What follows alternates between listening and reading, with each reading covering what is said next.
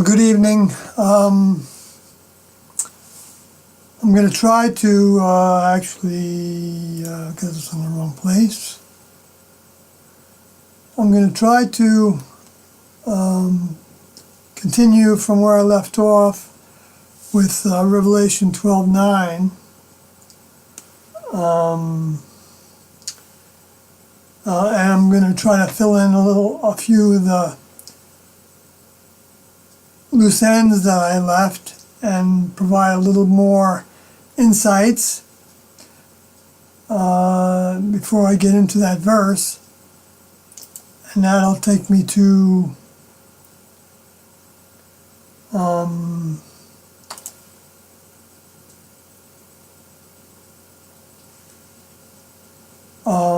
one place is where in USA Today, which is the advertisement that Doe and crew purchased, that Doe wrote, purchased from USA Today for the national and international edition that I believe was publicized on May 27th, 1993. And I believe it cost like $30,000 to do that. But we had been working jobs for a while, and so we were able to, so T and Doe was able to gather that much money. But also that came from the selling of 3 households worth of furniture and everything else, I think, because that happened right after that time, where we sold a lot of stuff. We did that a number of times, so I can be a little bit confused about the dates. Which also happened even when we were with T. We lived in houses, and then we sold everything that we were using in those houses and bought trailers, big fifth wheel trailers, a couple of them, and some smaller trailers that were still like 35, 40 footers. And we had a meeting trailer, and we were actually setting up shop in like trailer parks.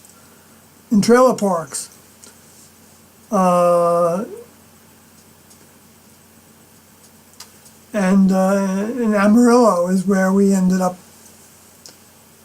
last having those trailers before they sold them all, and we moved into a house when they actually bought a house, which they said they regretted doing. It took them a while to get rid of it. But that was their instruction, to buy the house. So perhaps that put some students to the test.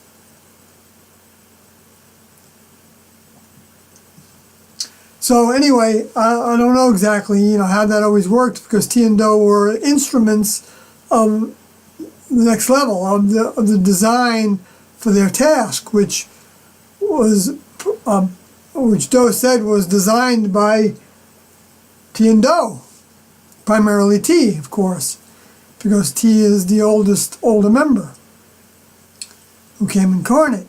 So T designed how things were going to be done, but it was based on also the responses of the student body. In other words, it's not like it's a curriculum. I mean, the curriculum is designed well in advance of what the qualifications are, I believe. That's very clear. But how the students are going to be brought into satisfying that curriculum, adopting that curriculum, learning the procedures and the ways of the next level, following the instructions that are given,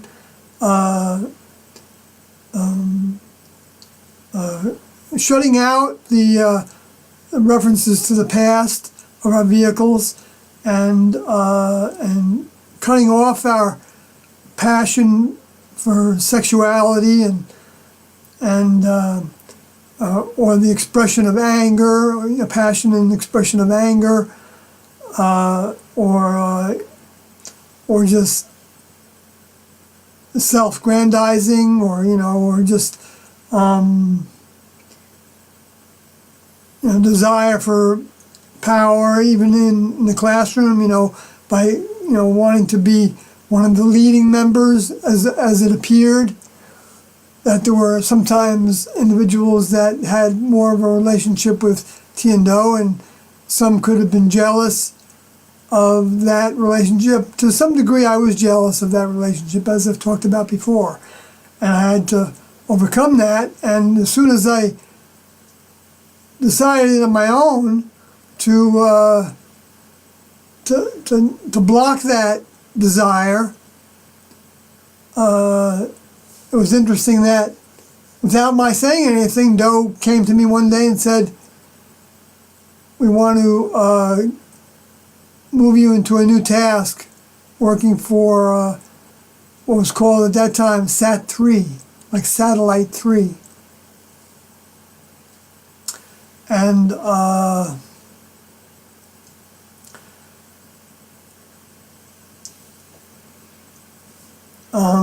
anyway, so then that actually put me to the test more in that regard, because now I was among those that seemed to be getting more attention from Tian-Do, which only had to do with working with, not trivializing working with Tian-Do at all, but the tasks that people would see as more important, working with Tian-Do more, had to do with the maintenance of the craft, the problems some of the students had with different ones were assigned different tasks, like medical and whatnot, so that Tian-Do could deal with individuals on an individual basis, but also sometimes dealing with the cars, the horses as we call them, what they needed and for their problems and maintenance and so those were most of the things that Tian-Do were going over with Sat-3. And those things weren't important for people that weren't in those departments to understand, because they had equivalent lessons in whatever departments they were a part of, like the Nutri-Lab, Nutrition Lab, where the cooking was done, the baking, and the yeast lab, where the bread was made and cinnamon rolls were made and yeast rolls were made, those three little clover leaf rolls, and the fiber lab where the laundry was done, and the Impro lab where improvements were made to the craft or to the cars.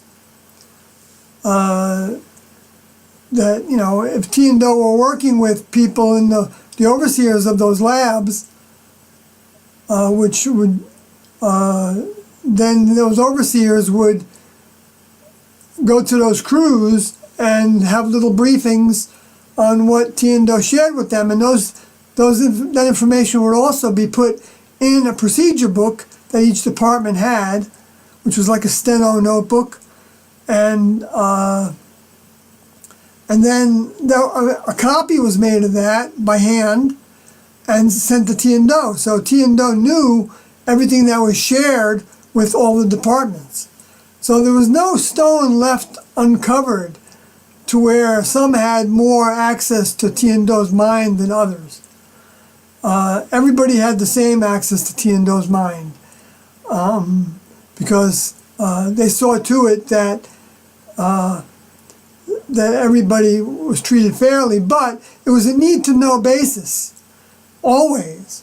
So if you weren't in that department, you didn't need to know about what was going on in that department, unless you were sometimes assigned to that department. Everybody was assigned to work in the Nutri-Lab and the fiber lab. Most people were assigned to work in the fiber lab at times. And if not on weekends, if it wasn't during the week, when other crafters really didn't have the time to work in those labs. So they would work more on days off or weekends. Anyway, so I want to get on from that a little more. I want to get into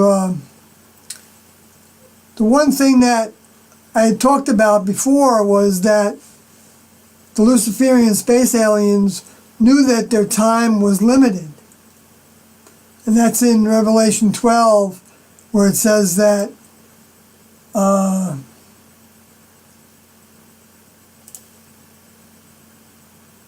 12:8, where it says, and was talking about, and the war in the heavens,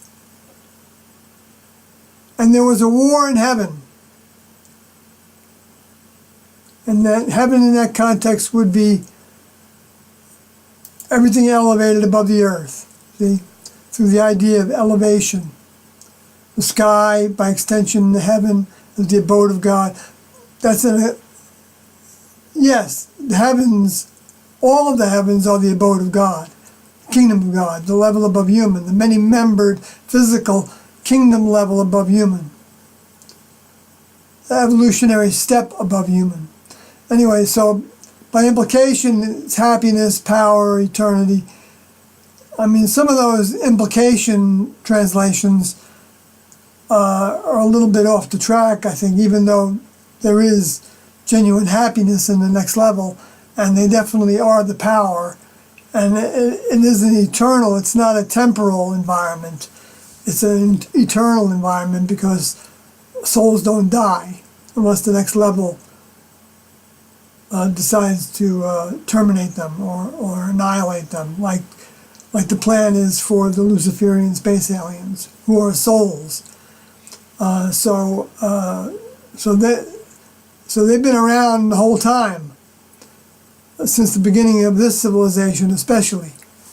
Anyway, so, but air, heavenly sky, but if you actually go to Oros, the hill or the mountain, or to rise or rear. So it's a place that you rise up to.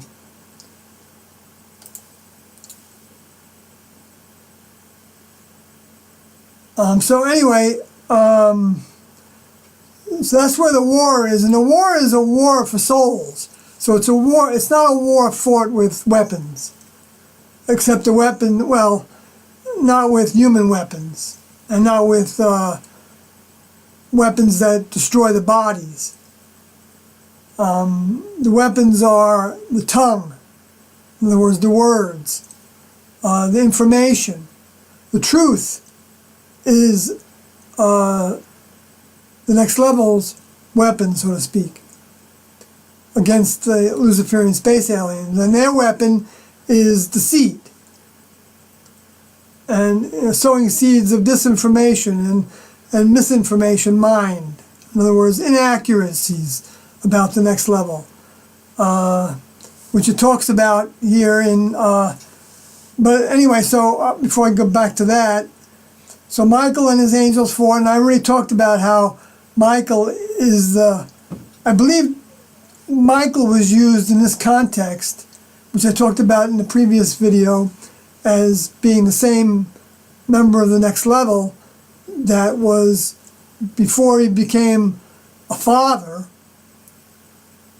was an older member of the next level that was called an archangel, which actually means a captain of angels. And people that watch the videos will see that that Doe have given, and in some of the writings in the Heaven's Gate book,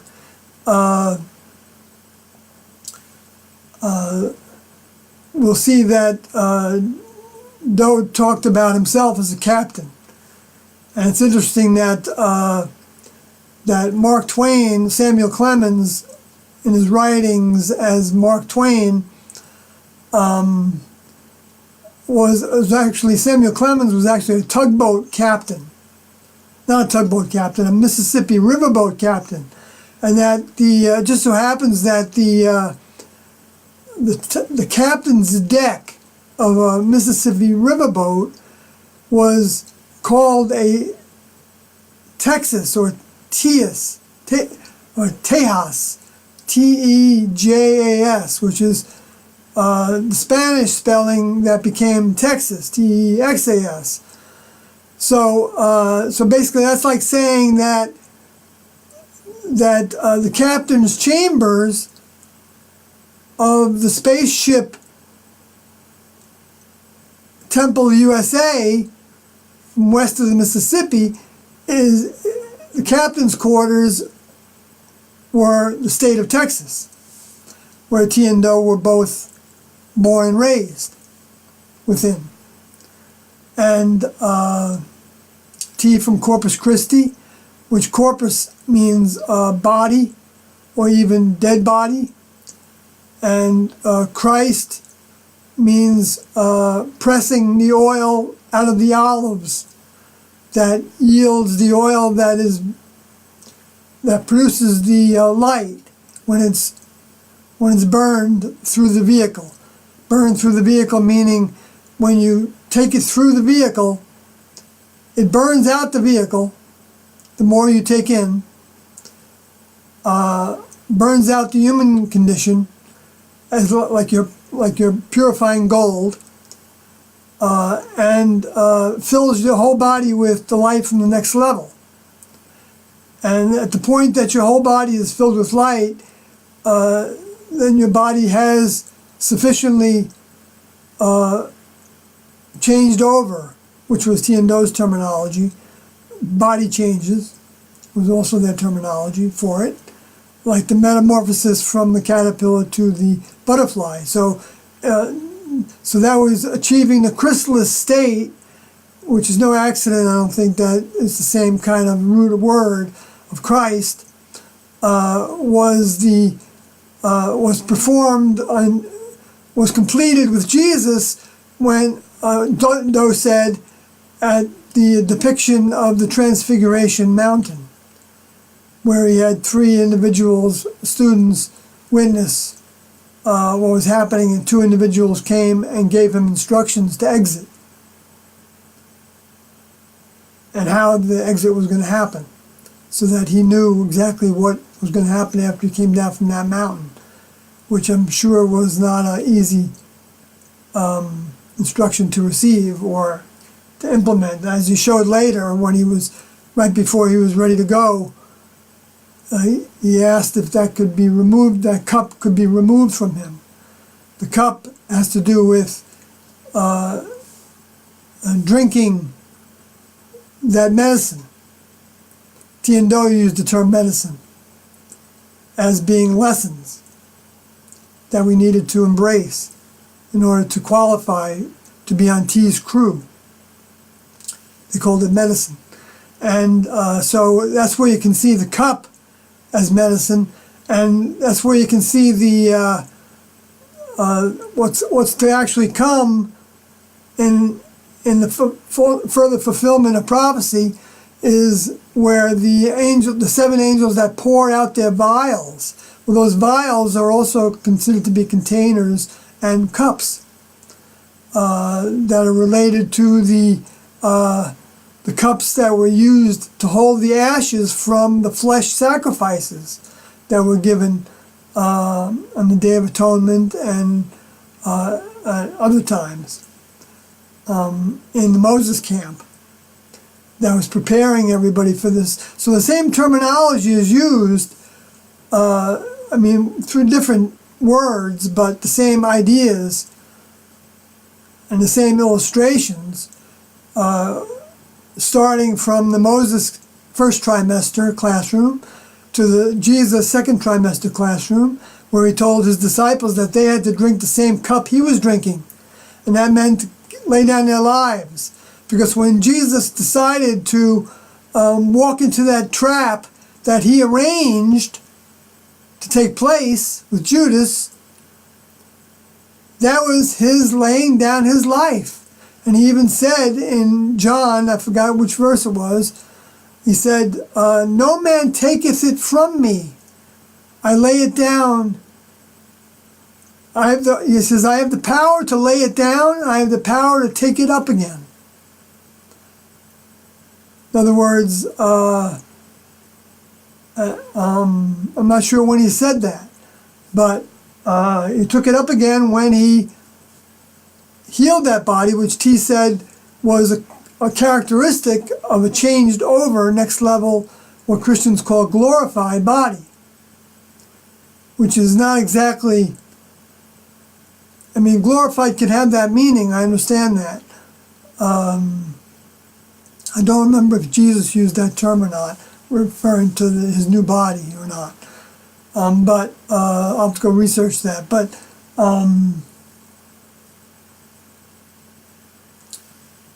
when they said that he would come in his glory, in a sense, that's true, that when he came out of the tomb and then he went up to his Father and got the final ingredient that changed over his body, so it didn't even resemble the same body anymore, except for its shape and size, and the fact that still the wounds were still left in it, so that the disciples could be shown that proof that he still had a physical body, but it was a changed over physical body.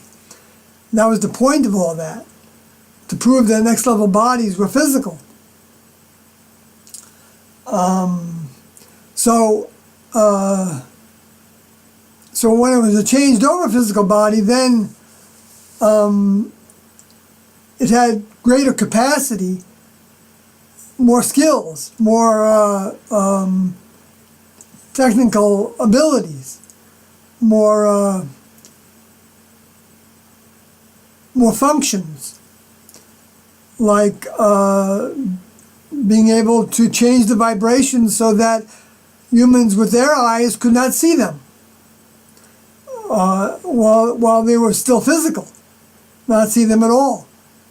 I guess like a type of cloaking or a covering, which is a clouding, is the same word, covering, is related to that. But the cloud could be actually something that's an invisible cloud, so that you just can't see them. You know, I don't know exactly how they do it, but they do. And so I got off the track of talking about what the war was, but just to make sure that it's clear that the war is like it's a war for the vehicle, actually, to where it's going to be the next level soul, the crew member soul, that's going to take over that human vehicle that they were assigned to try to take over, to overcome and take over, or the Luciferians are going to take over that vehicle. Now, by bringing it back into the world, away from the classroom, which is what happened to my vehicle, which happened to me, that I gave into. And but that I was given another chance, just like the Luciferians were given many chances. And this is actually depicting that in Revelation 12 here, that it appears that the Luciferians got their last chance as of the way they responded to in this war, trying to conquer Do, depicted as Michael,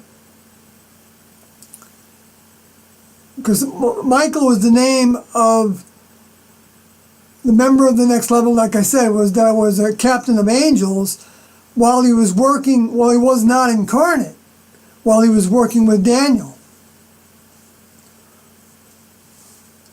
And also with Moses. Well, I shouldn't say maybe I don't know exactly how that worked with Moses, but Moses, Tiendo said that the body Moses went with went into the spacecraft with the soul that was in that body named Moses, which was the same soul that was Michael, according to T. According to T, it was the same soul that was in Adam and in Enoch before Moses, and then Elijah after Moses, and then Jesus after Elijah. So anyway,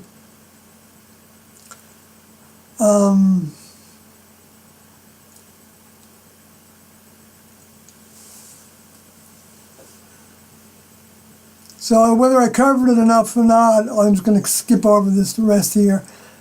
Angels are just talking about messengers or crew members. Okay, in this case, and the dragon is talked about further on as being the same as the devil and the serpent in the Adam and Eve story, which was an event. And so it's the same individual as Lucifer himself, because they wouldn't have said it if the other fallen angels were included, because they're saying the dragon fought and his angels fought. So they're saying that the crew members, I guess you could see that in different ways. Because this could also be they, his could also be they, and so you could say that the dragon is the Luciferian space aliens, all of them. With Lucifer, I'm just going to leave it at that, because I believe T and Do indicated that Lucifer was the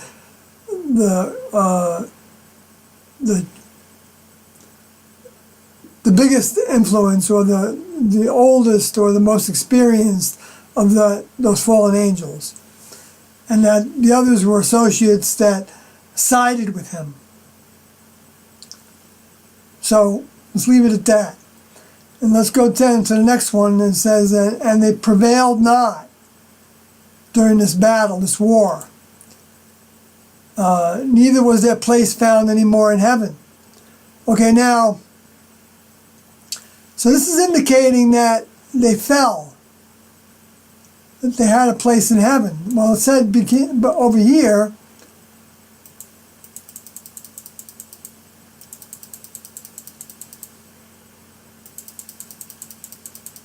in Revelation 12:3, and there appeared another wonder in heaven, and behold, a great red dragon. Interesting that they put red in there this time.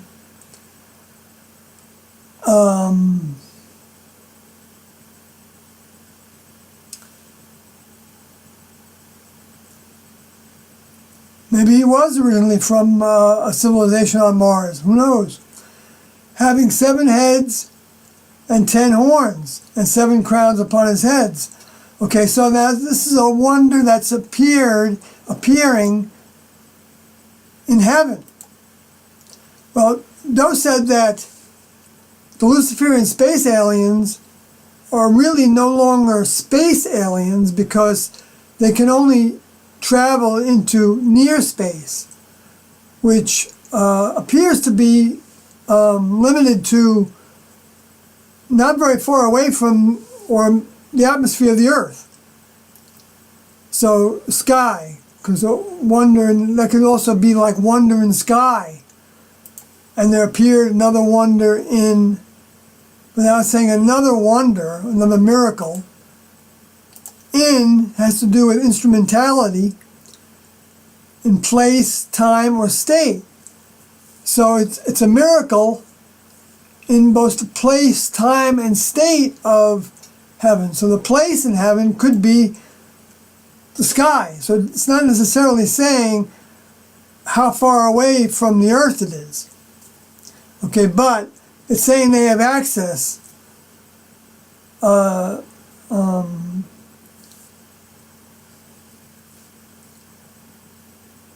Well, because in could also have to do with for the sake of, because of,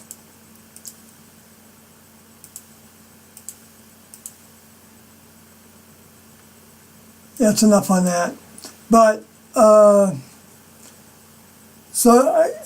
but the prime reason that I think that this doesn't extend even as far as the moon, where this wonder appeared, was because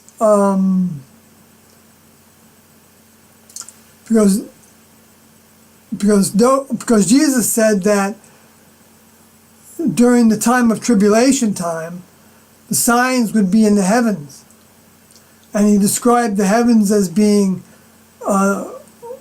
signs would be among the sun, the moon, and the stars. And the stars would include the planets, I believe, because they look like stars to us. And but since the moon is the closest sphere to the Earth, if the wonders were going to be shown by the next level related to the moon, then why would the next level confuse us by letting the Luciferian space aliens do some miracles or show some wonders related to the moon? They wouldn't, because they want to keep it separate. The next level don't try to trick us. They do provide degrees of the truth, but it's not to trick us, it's to test us. Where a trick is intending to cajole us or manipulate us into whatever the agenda is of the one that's performing the trick. Okay, Tiendo called things of the spirit world tricks. Like, for instance, like teleporting jewels through somebody's palm of their hand. They said it was a trick. And I'm going to get to something that talks about that, like Fatima, they said was a trick, like a hologram trick. So that's the difference there. Anyway, so then it says that his tail drew, in Revelation 12:4, and his tail drew the third part of the stars of heaven. Okay, now, I was playing with the numbers, and I really don't want to get into that, but right now, but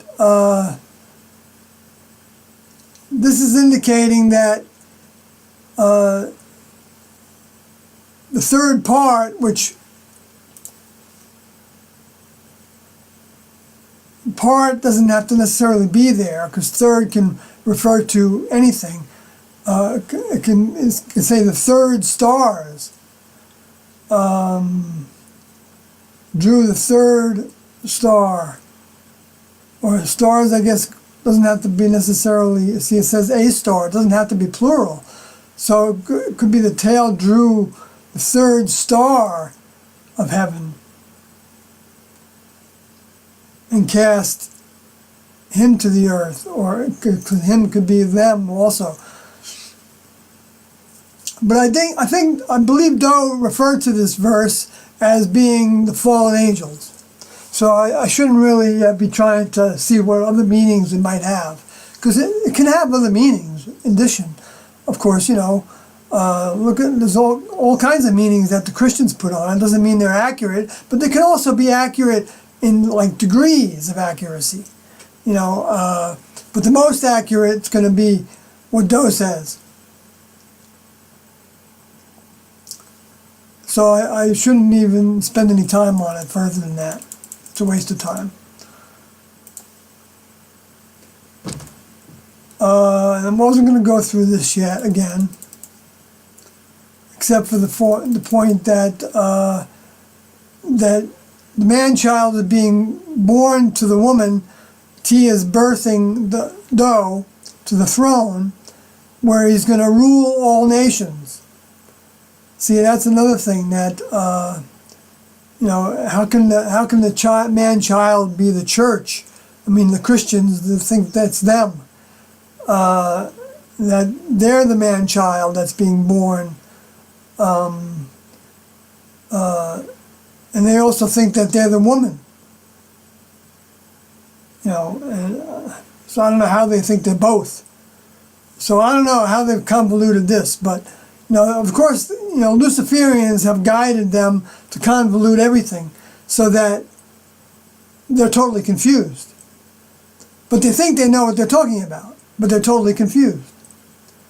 And that shows itself when I try to tell them a little bit about the truth, which I know came from Tiendo, and can be seen when you know about Tiendo and all their history and everything they taught and said. Then you can see how all these things make sense in that relationship. In a literal sense, the T was actually birthing, and I've gone through this before in the previous verses of these videos, so I'm not going to do it now. But just so you know, in the book that I wrote, there's more about this, of everything I've said. And so, you know, it's worthwhile, I think, to read it, but not necessary for all the people that find fault with me talk about that I haven't written a book. I'm not saying it's necessary.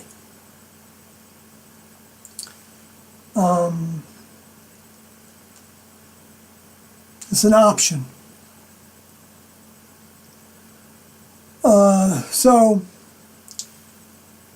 But it talks about how he's going to rule all nations. So, you know, they think that means that the Christians are going to rule all nations, which there's no evidence of that. The only evidence of the ones that overcome, they are set as kings, okay? So you can, in that sense, they rule all nations, but their first task is basically to assist with the judgment. And that judgment has to do with the separation of the sheep from the goats. And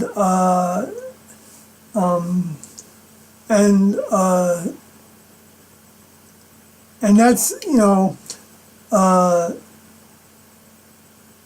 that does have to do with which vehicles are saved, so that they can have more time to come to learn about Tiendo if they haven't already.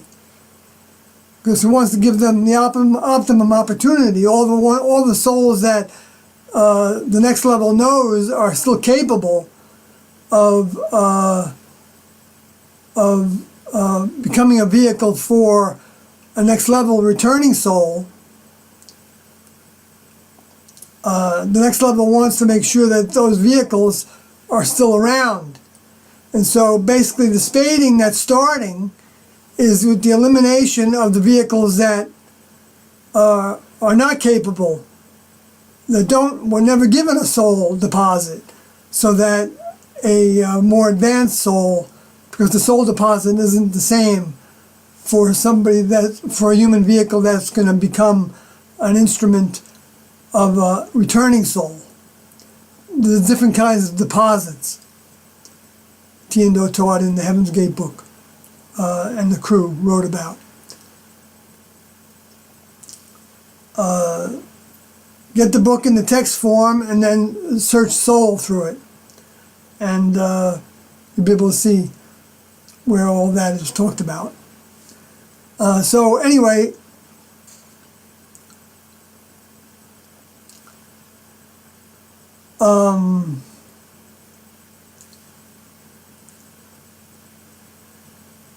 well, right, I mean, this is talking about a man-child, and they wouldn't have said man-child if they were talking about all the children, because the children aren't male and female, where this man actually isn't from the word. Sometimes man is used with that word, the Greek word that starts with homo something.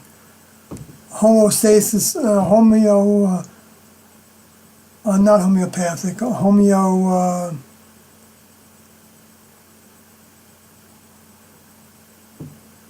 I forgot the word, the Greek word for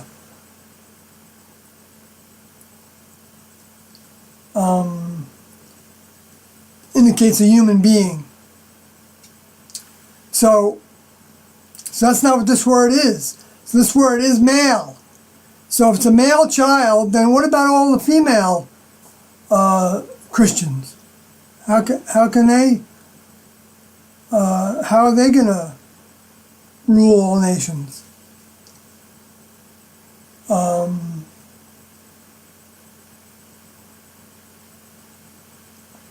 Even though once they awakened, Tiendo awakened, they were no longer male and female, because they were no longer those vehicles. I mean, they were never those vehicles, because the souls that came into those bodies were not male or female. They were androgynous. They had overcome male and femaleness long before that. Beyond probably the time that we could understand. But, well, I don't know how long ago. But not measurable by time on Earth, that's for sure. So, but this is talking about Jesus ruling all nations, because that's what we talked about before, is Jesus doing, and with a rod of iron. And it talks about in Revelation 11 how there's a rod that was given to John to use to measure. But that doesn't mean that John is doing the measuring, but he's just illustrating that he's a part of that crew that's doing the measuring.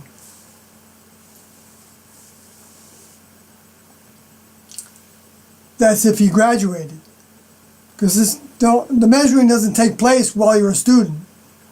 We don't have the right to measure anybody as being capable of becoming a next level member or not. We don't have the capacity. So all the judgments that Christians make, or Jews make, or anybody else in any religion, or secular people make, atheists make, which is another religion at this point, in a sense, the religion of science, or the temples of science, as Tiendo and crew wrote about in the Heaven's Gate book. None of them have the right to judge any other human. Yes, if a human does something against society or kills somebody, they have the right to suffer some consequences from that, to learn that lesson, but they don't have the right to kill them, to take their life. They don't have that right. That right was only by the next level has that right. And if they want to give that right to a next level member that's incarnate, they have the right to do that. If Moses was actually given that right, then he had the right. Because after all, the only thing that was going to be dying were going to be vehicles that were going to die anyway. But that doesn't make it right for a human to take that point of view, because a human doesn't have the capacity to judge what vehicles should die without losing the opportunity for that vehicle to actually grow closer to the next level. Now, even the vehicles that are killed by humans doesn't mean that it's an end to their spirit or soul. The next level is aware of people that die. T talked about how next level members worked closely with hospitals, not with hospitals, but in hospitals when somebody was dying, so that they could, I guess, whatever they wanted to do, if they wanted to make it so that that soul stayed, or that soul or spirit stayed in that body to get more lessons, they could see to it that the operation was a success, and that they had even a miraculous healing. Or if they decided that vehicle was no good for that soul or spirit again, they could be there and they could take that soul or spirit and send them to attempt to take over another human vehicle. Right away even, potentially, I don't know. She didn't talk about all that detail. All she said was the next level had crews assigned to be around the hospital during times of death. And that might mean other places as well. I don't know how the next level monitors that, but they could potentially monitor everything on the planet, just like humans can now monitor a lot of things on the planet. Because of the GPS and you know, chips that are put in inside people and things like that. So Tien talked about how a soul was like a chip, a computer chip. So so that they could, if that, you know, if that vehicle that a soul was occupying was deposited into was near death, the next level could probably be there in an instant.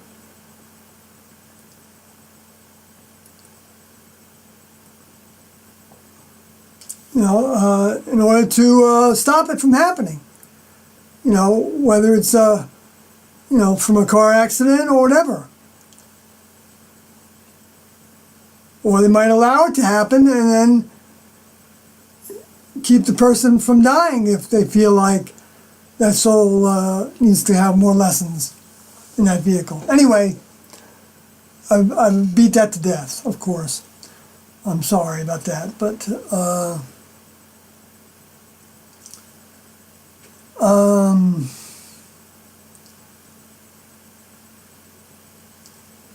he was, that child was, we're calling a child, a son, like Doe even said in his last days, in one of his last talks, he said, I'm the son of the Father. I'm the son of my Father.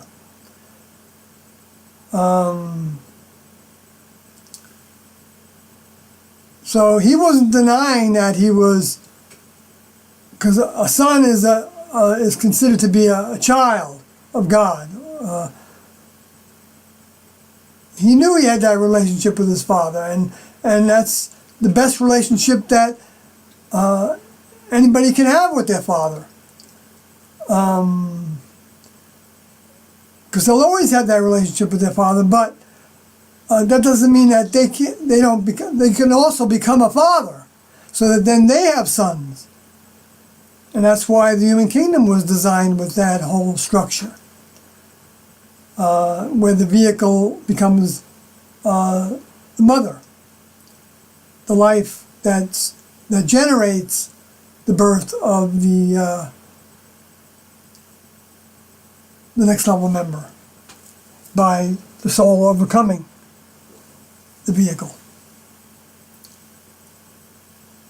I got a little off track there, but I think it's accurate, and I want to actually refer to something there.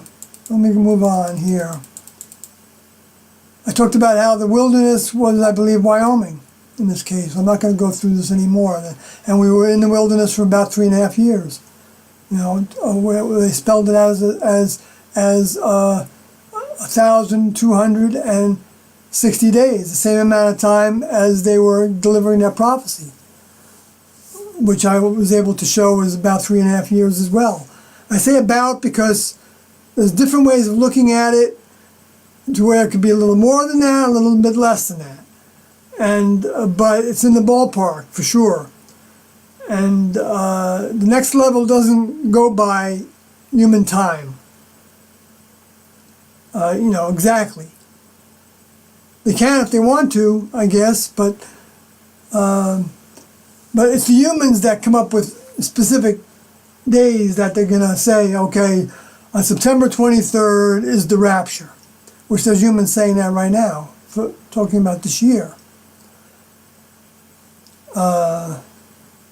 Others are smarter than that and are saying, you know, that it's the start of the tribulation, which is not untrue, although the time of great trouble has already started. But it's been happening in degrees ever since Tiendo left and crew left.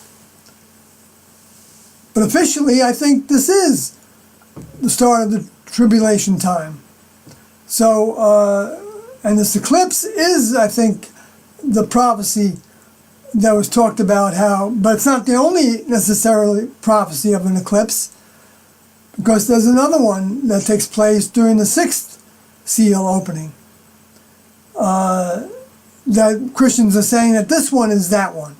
This one is happening on August 21st. Well, so they're expecting events to take place related to that eclipse, and you know what? They're going to be right to a degree.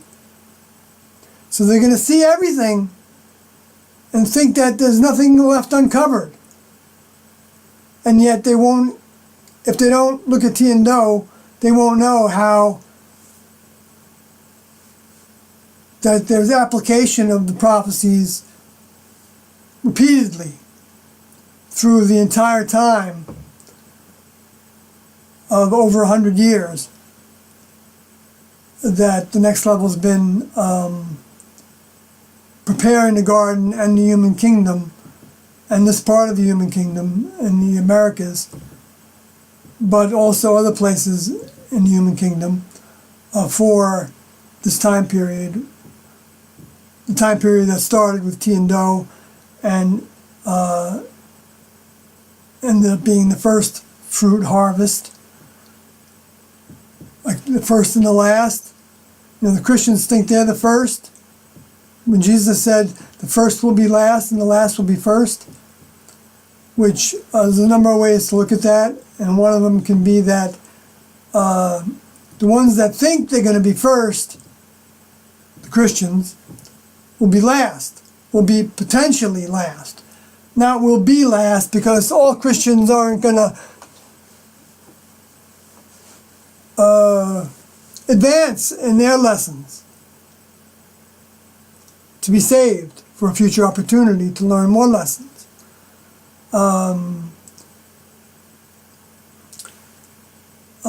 It doesn't go by groups. It goes by individuals. And the judgment is what they've been given. That's what how the next level judges, where that spirit, if the spirit is saved, what they've been given and what they did with what they were given by the next level is what determines what was written in the book of life, as you know, on the computer systems of the next level. That was all. It's all recorded there. The next level will make that judgment into which box they go into, and that was the terminology that Tiendo used, talking about how there were boxes, talking about the strains in the human kingdom of humans that were attached to the strains that the graduates, students, were part of, and that those strains were actually benefiting or being hampered by the behavior and ways of the students in the classroom. So that if we were having permissive thoughts about sexuality, then our strain was tested more with those permissive thoughts about sexuality. And if we were conquering our sexuality, then the strain was having more success potential with conquering sexuality. Well, I'm not saying that exactly right, but because the strain isn't, whether they conquer or not, I don't believe is dependent on what anyone in the strain that's sort of ahead of them, like in the classroom with Tiendo, is experiencing. But I believe the way Tiendo talked about it is that it gives them more ammunition. if you've been successful in conquering sexuality, then you're providing the ammunition so that the members of the strain that are pulling on that chain of mind that's coming through those students, when the students are part of that chain of mind because they are adopting the behaviors and ways of the next level. Okay, so then when they are attached to that, then they also have ideas on how to conquer those limitations or those human behaviors, whatever they are, whether that's through a 12-step program or any other way. They have more of a facility to recognize that this is something they can overcome because the success translated down. And that starts with Tiendo, who give their success to the students that are with them. And also, it trickles down that way. It doesn't skip. Well, I'm not saying it can't. If there's a student in the human kingdom and he or she is pulling so hard from God, whatever they think of as God, the highest source they can imagine, beyond the heavens, who created everything, if they're pulling for a solution, how can I get past this drug addiction, or this alcoholism, or this sexual addiction, or this anger addiction, or or these thoughts of stealing from people, or hurting others, or whatever the thoughts are. How can I get past that? If they're desperate for that, then I don't know if it matters whether they're part of a strain or not. I guess maybe everybody's a part of a strain to some degree, perhaps. Although some might be from a Luciferian strain, because they did foster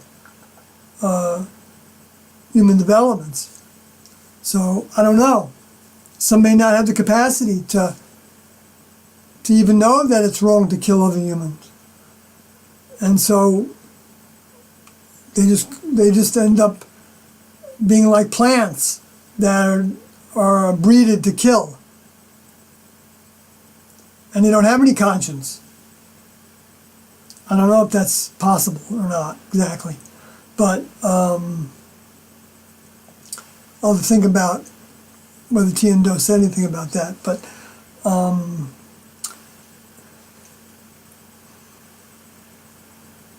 well, it did say that all humans did not have souls. So, but I think they did indicate that even in the genetic strain, so therefore in the spirits, there is next level mind. So, but I also know that we lose it if we don't use it.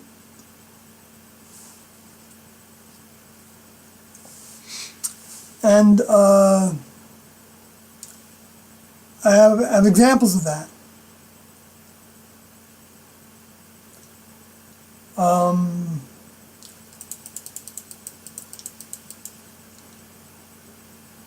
Well, I'm going to use myself as an example. I didn't use it enough in the classroom, and so some of it was removed from me. And that left me with, I had the choice of pulling harder for help from Doe's mind, and talking to him directly about what I could do to get back on track or to get on a better track. And it's happened to me since leaving the classroom. that I lost mind. For the 2.5 years that I was outside the classroom before they left, I had no desire to be part of the classroom again. And I was given the opportunity. So that was an opportunity I was given that I failed to take. And then after they left, I was given the opportunity again through dreams. And eventually I did say that I wanted to grow towards giving them service again. And so they've been working with me since then. But then even since then, I've slipped and fallen at times. And like for instance, I was not wanting to do these videos. I was, like getting more into human activities and things that was depleting my energy, like doing gigs and making money, and to where I was not making a priority of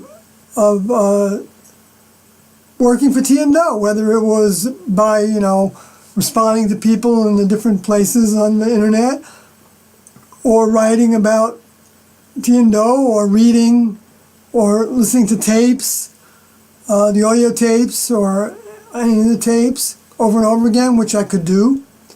That would also help me stay on the straight and narrow.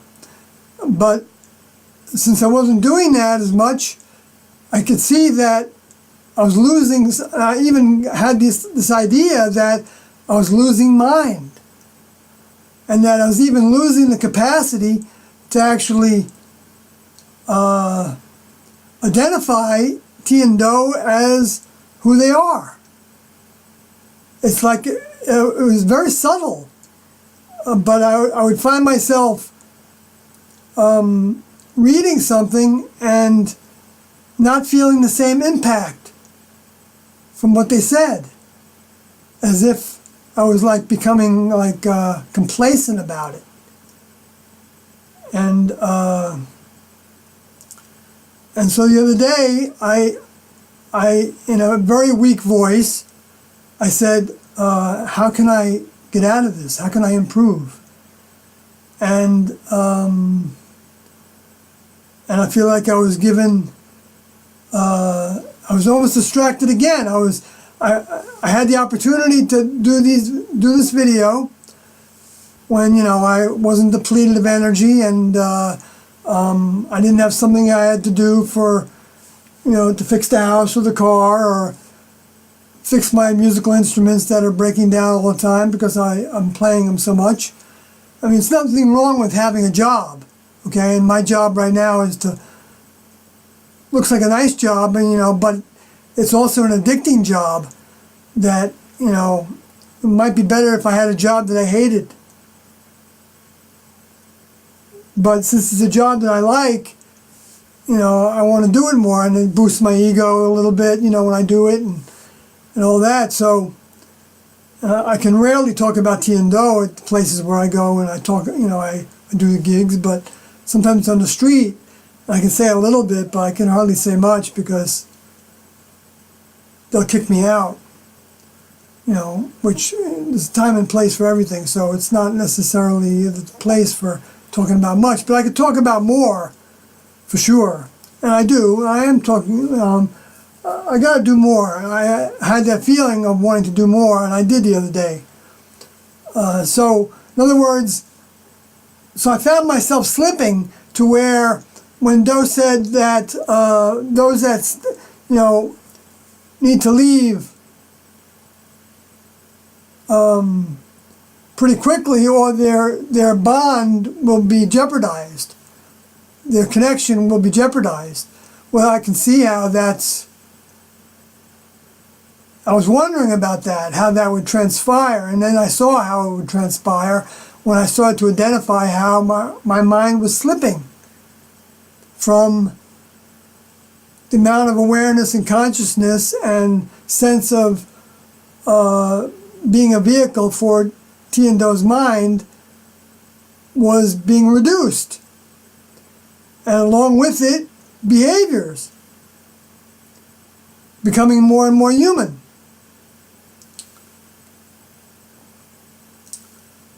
And that also reduces our common sense when our behaviors become more human, more engaged with human family and human sexuality, even if it's just masturbation once in a while. Okay, you know, it's all it's all a reduction of the force that we have. And Tiendo talked about that individuals that have a strong sexual desire have a lot of force. But it can also translate as anger or love for the family and love for others that aren't in the family, spouse or whatever, or friends. You know, all the passions, all the sensuality is the biggest addiction in the human kingdom. And sexuality is the biggest addiction, I think, of that. Well, I don't know if it's the biggest addiction to sensuality. I just know that deceit was put up there in the major offenses with sexuality. And you can see that that includes, you know, having false gods. You know, basically giving allegiance to other gods, which was taught by Moses in Jehovah, and then also by the Father and Jesus, and then also by Tiendo. That students also talked about when they were doing their tasks, whether it was Old Testament prophets or, which I don't know for sure if they were those individuals, but I suspect some of them were students doing tasks.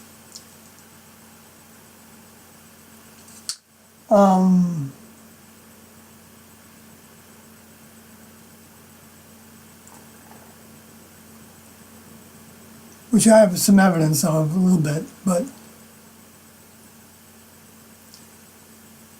just knowing that those were advanced souls that were doing those tasks, that's all I'm saying. And since I know that some of the ones that graduated, maybe 18 or 24 of them, or some number like that, 12 of them, maybe 12 is probably the best number for that sense of who the oldest members of the next level were, which I don't know what vehicles they were occupying during the Jesus times, whether some of them were in the female vehicles and some were not. Talked about that before as possibilities, so it wasn't addressed that I can remember from Tiendo, so I'll skip past it. But the fact that these fallen angels did not prevail in this war with Michael and his angels in the wilderness of Wyoming, where that was taking place primarily,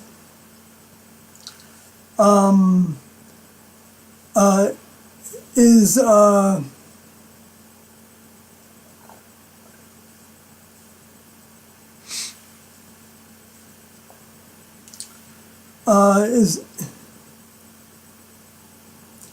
it's interesting that 19 was separated, and I'll tell you why that's interesting later.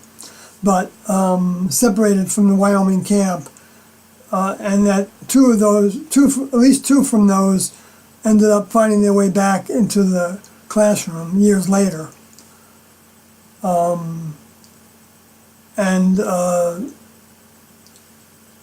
were among the graduates. So Durodi and Steelodi. So, but it's interesting that they're saying that that before the dragon had the 7 heads and the 10 horns, which are representing individuals, I believe. So that counts, what? 7 heads and 10 horns is 17, and then 1 is 18.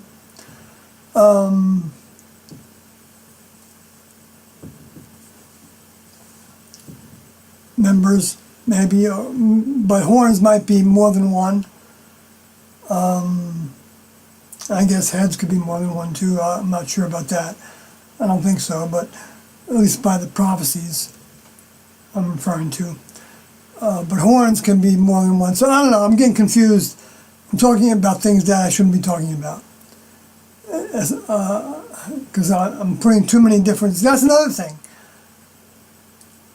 You know, I'm talking too much about these things that don't matter. And that's a sign of having lost some mind, perhaps.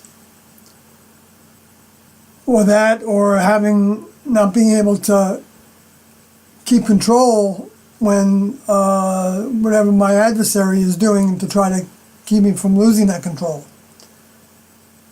Giving me these ideas or further interpretations when it's not necessary. But the fact that they prevailed not, and there was no place found for them anymore in heaven, to me is indicating that they had been given their last opportunity by this time, after that war. But that doesn't mean that the war stopped. Because then it says in the next verse that the dragon was cast out. Okay? And his angels were cast out with him. So that's talking about how they didn't prevail and then they were cast out. Now,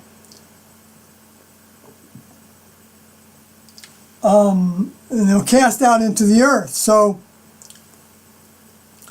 this could be referring to originally when this happened, and this could, because it's talking about the old serpent also, was cast out into the earth. So it might be talking about before, but it's also talking about now. Prevailed not, neither was their place found any more in heaven. So if they're not in heaven, where are they? Well, they've been restricted to the earth. And that's why they're not space aliens anymore. They were always aliens in the sense that they never became adults in the next level. Because if they were adults in the next level, then they would be part of that family, and all the members of that family would be considered creators, not aliens. This is their baby. So, so we're all their children, however you look at it, directly and indirectly, through our various strains of older members to younger members, to student members, to prospective members. That's what T&O called it. They said that they wrote a document in 1975 or 6 that was called Prospective Candidates. Letter to prospective candidates, and that's what we were. All those that joined them at that time. They weren't saying that we were members or sons or anything like that. We weren't adopted for another year or so after that. That's when we became sons, children in that family. But that doesn't mean that the children can't fall away and even go against their parents, which happened. And it's happening now, as we speak. I think. I don't know for sure, because I don't know the ones that have spoken against T&O. I don't know that to this day they're speaking against T&O. Even though that also happens in subtle degrees. We may start talking about them as if, you know, like one individual talked about them, though, as, you know, after T left,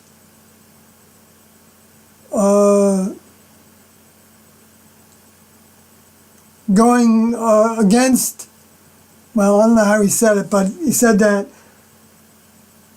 took the classroom to their death because he was upset about his homosexuality. I mean, where does that thought even come from somebody who's in the classroom for 10 or 12 years, as he was? I guess it was 12 years by that time, about. Where does that come from? Well, it comes from a Luciferian space alien, a fallen angel, adversary, or one of their minions in the discarnate world, one of the humans, through the humans. Like, I don't know who said that, who else said that, but I know some of the big psychologists said that. So he was just parroting them. So I don't know if he's changed or not. I hope he has. But, that was the first evidence I saw of him falling away, admittedly falling away.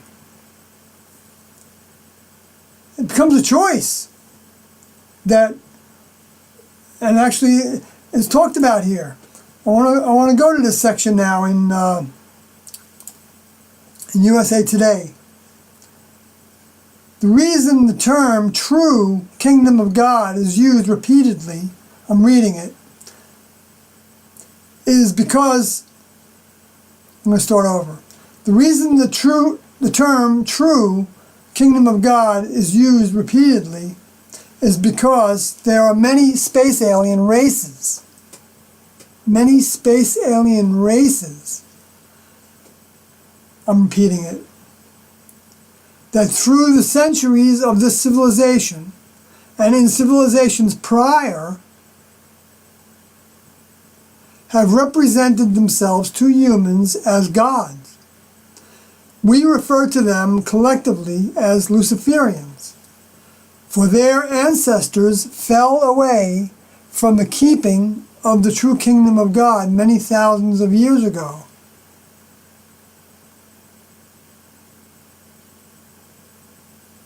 They are not genderless, they still need to reproduce. They are nothing more than technically advanced humans who have retained some of what they learned while in the early training of members of the true kingdom of God.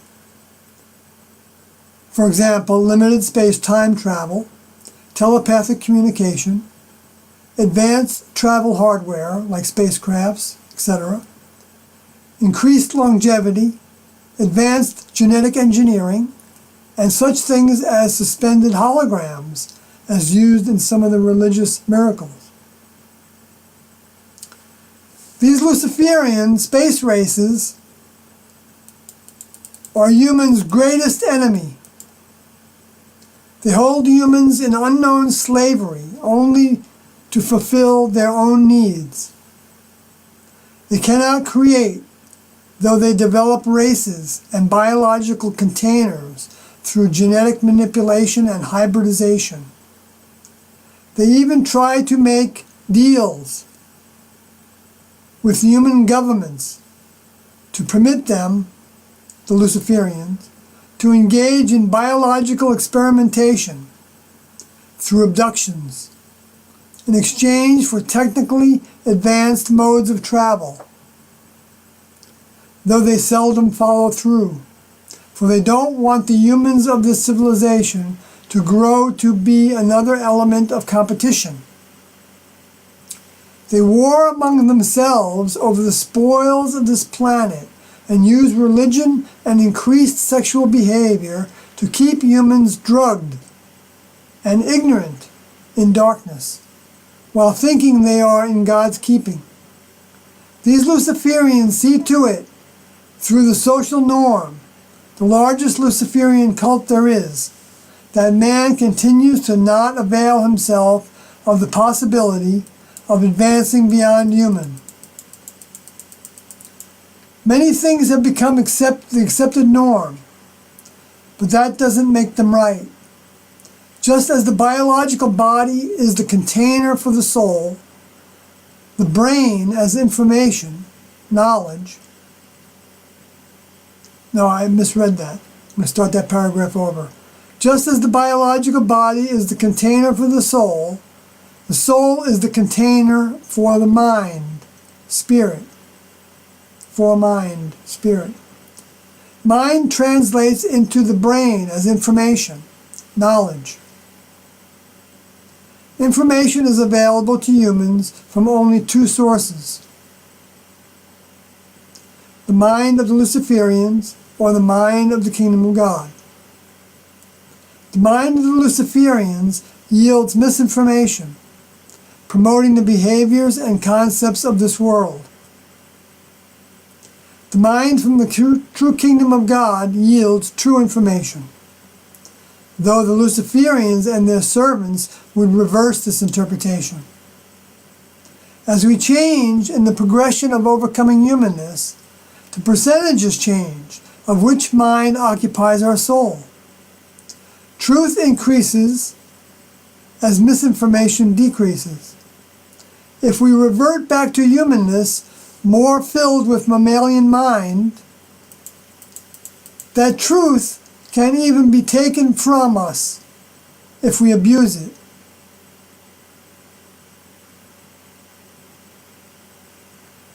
When our eye becomes single, or our soul is filled only with mind of spirit from the true kingdom of God, it becomes pure or holy mind, spirit. The true kingdom of God's design permits the presence of a Luciferian element.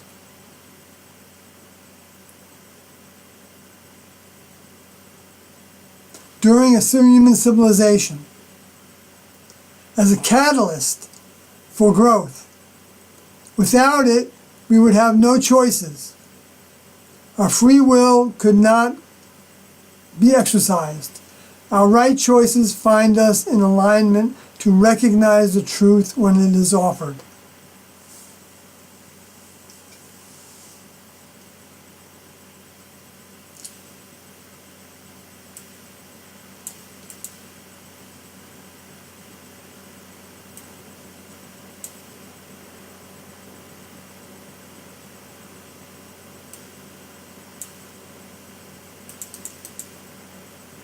I wanted to stick to talking about the Luciferians in this for right now, even though this is the greatest information that I could actually pass on. But showing how it relates to prophecy, to me, is a powerful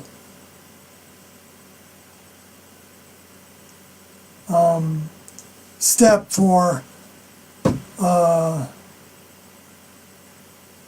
those that want to see that and need that help,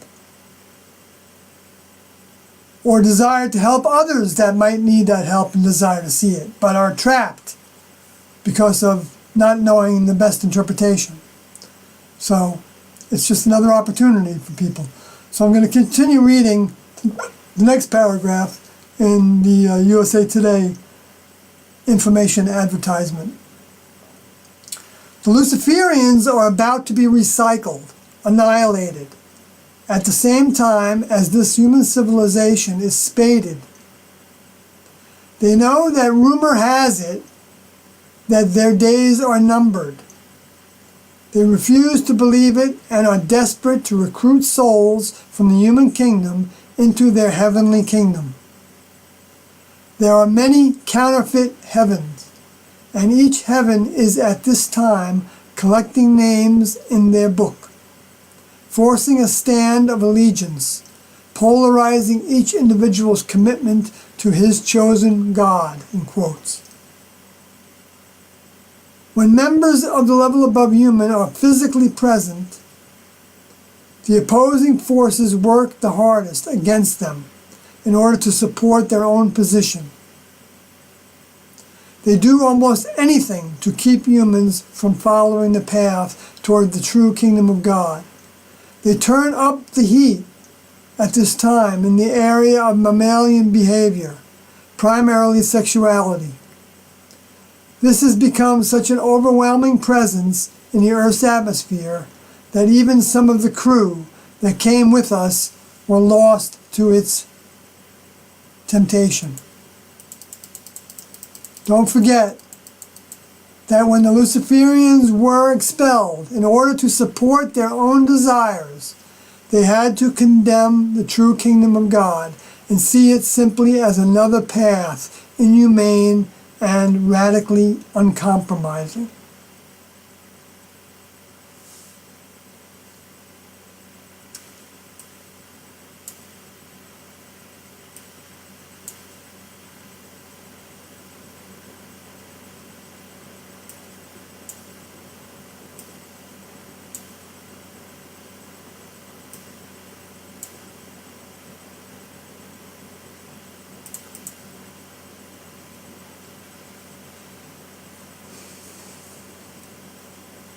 So I'm just scrolling through it now, so that if somebody wants to read this, rest of this online, they can stop it on these spots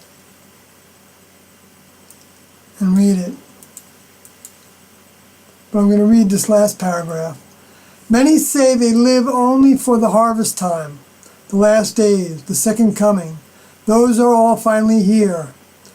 Will you accept us as them? You cannot bypass us even in your prayers. You cannot insult your Creator by refusing to go through the ones He has sent to you. There are souls here now for the express purpose of connecting and eventually bonding with the next level through us. Those souls will be protected, out of harm's way, and saved from the approaching sorting out, recycling, and spading under of the Luciferians and their human servants. If you can get your name in our book on our spacecraft's computer, and only there, making your actions reflect that desire, then you will go with us.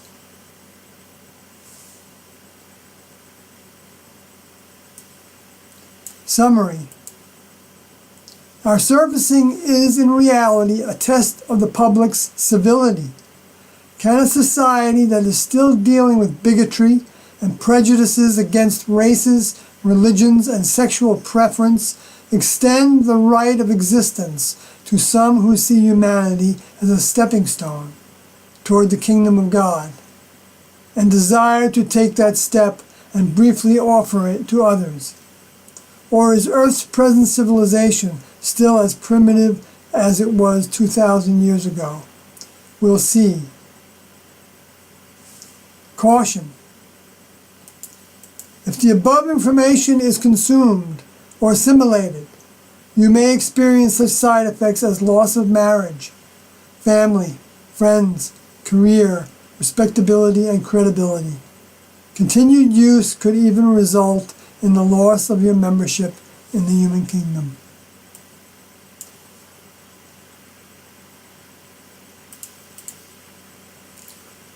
This is in the Heaven's Gate book. It's also going to be found on the Heaven's Gate website still. It's also found on my blog. It's also, the links to it are found in my book, to my blog, in case the Heaven's Gate site went down, which it did the other day, but it's back up again as of yesterday. So,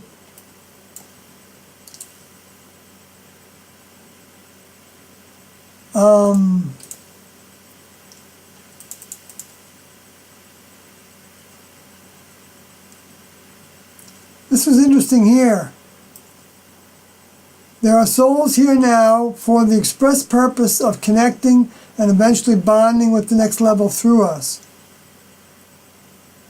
Those souls will be protected, out of harm's way, and saved from the approaching sorting out, recycling and spading under of the Luciferians and their human servants.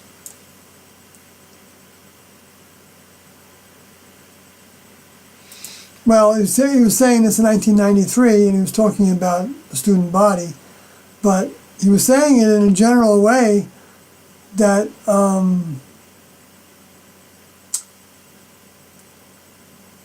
that can mean that there's more souls that are out of harm's way and being protected beyond the 38. And I can't help but think that those are the 144,000, which I tried to work with that number many times to see if that was an accurate number, and it seems to be an accurate number. And if you look at Revelation chapter 14, you will see that those 144,000 all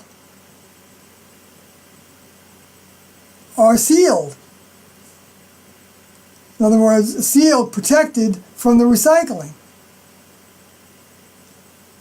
And that only takes place during the seventh seal,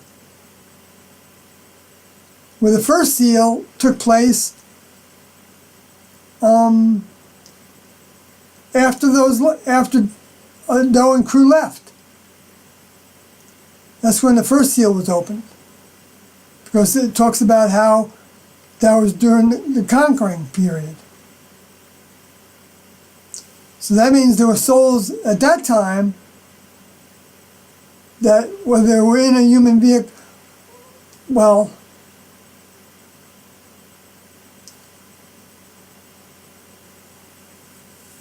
that were saved.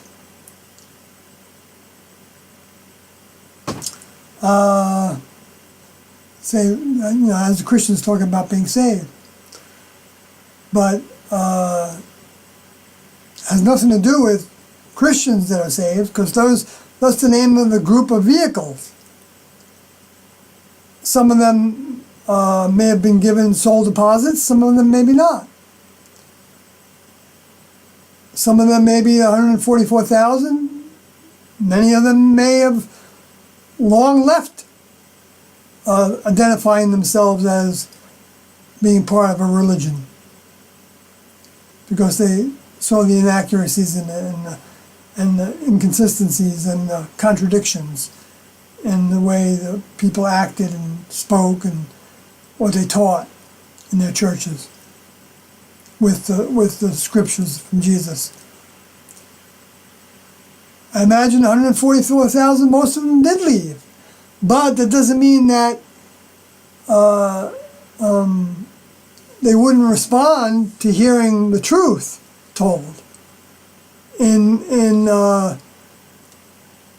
that, from that old record, and then put together with what is said now. There was a reason why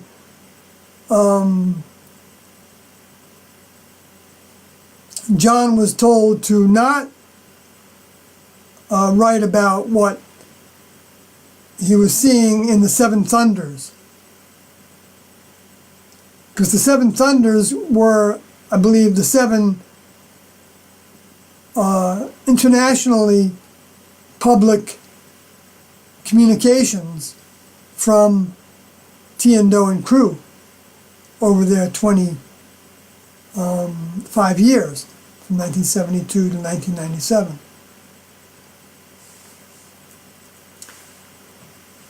So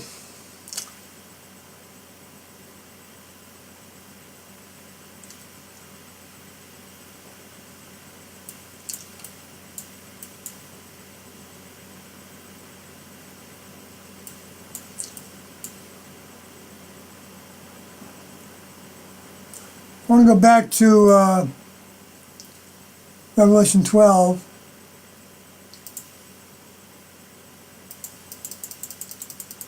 Where it talked about how the dragon and the serpent were cast to the earth, and the angels cast out with him. In other words, they sealed their fate at this point. And so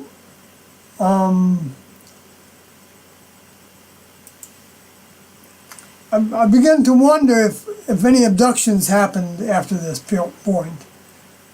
If abductions actually were only limited to a certain period of time where they were allowed to do that. Maybe 5 months, which I believe it said some indication of in Revelations chapter 9.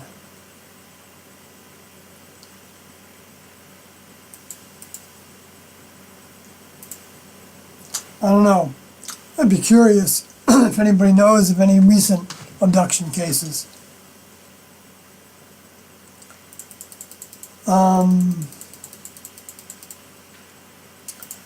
But the next verse in Revelations, well, I haven't been reading these, have I? In verse 10. You know, I'm just going to leave it at that for now, and I'll continue with this another time. Good night.